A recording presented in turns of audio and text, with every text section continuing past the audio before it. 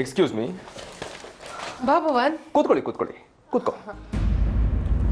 Hi ಭುವಿ. Hi. ಅದು ನಿಮ್ಮಿಂದ ನನಗೊಂದು ಹೆಲ್ಪ್ ಆಗಬೇಕಾಗಿತ್ತು.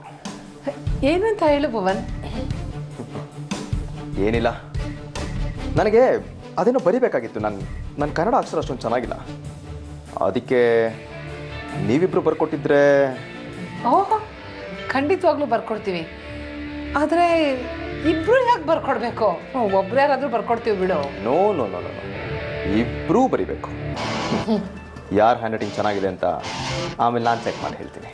ಅಯ್ಯೋ ಶ್ಯೂರ್, ಕೊಡು ಬರ್ಕೊಡ್ತೀವಿ. ಏನು ಬರಿಬೇಕು ಹೇಳಿ.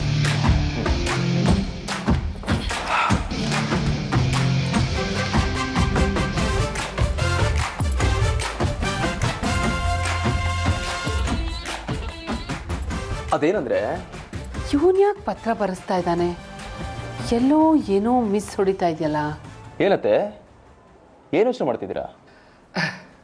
ಏನಿಲ್ಲ ಭುವನ್, ಪ್ರೈಮರಿ ಸ್ಕೂಲ್ ನೆನಪಾಯ್ತು.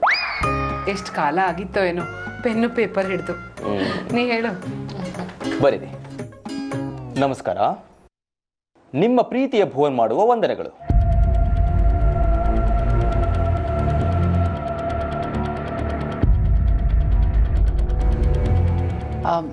ಅಲ್ವಾ ಭುವಿ, ಈಗಿನ ಕಾಲದಲ್ಲಿ ಈ ಥರ ಲೆಟರ್ಗಳನ್ನೆಲ್ಲ ಯಾರೋ ಬರೀತಾರೆ?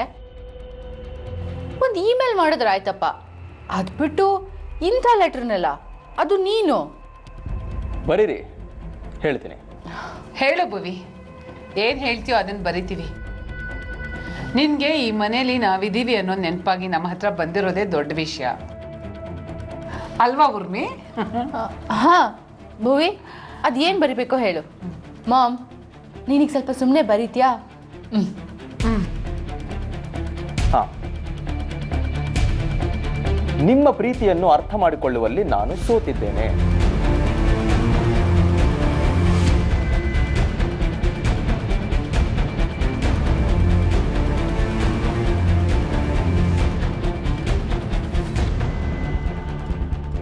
ದುರಂಕಾರಿ ನಾನು, ಮನುಷ್ಯ ರೂಪದ ರಾಕ್ಷಸ.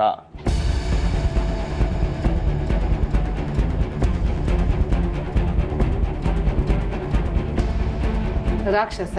ಆಮೇಲೆ ಸಾಕು, ಕೊಡಿ. ಇದೇನು ಭುವಿ, ಏನೇನೋ ಬರೆಯಕ್ಕೆ ಹೇಳಿ ವಿಚಿತ್ರವಾಗೆಲ್ಲ ಬರ್ಸಿದ್ಯಲ್ಲ, ಅದು ಎರಡೇ 2 ಸಾಲು, ಯಾಕೋ ವಾಪಸ್ ಕಿತ್ಕೊಂಡೆ? ನನಗೆ ಬೇಕಾಗಿದ್ದು ಇಷ್ಟೇ ಆಗಿತ್ತು, ಅದಕ್ಕೆ ಕೇಳಿದೆ.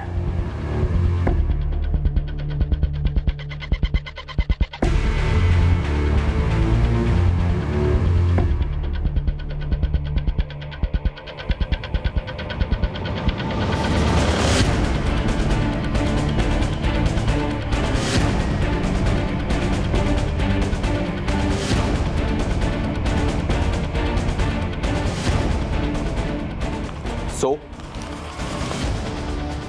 ಶ್ರದ್ಧಾ ಹೆಸರಲ್ಲಿ ಪತ್ರ ಬರೆದಿದ್ದು ನೀನೇ ಅಲ್ವಾ?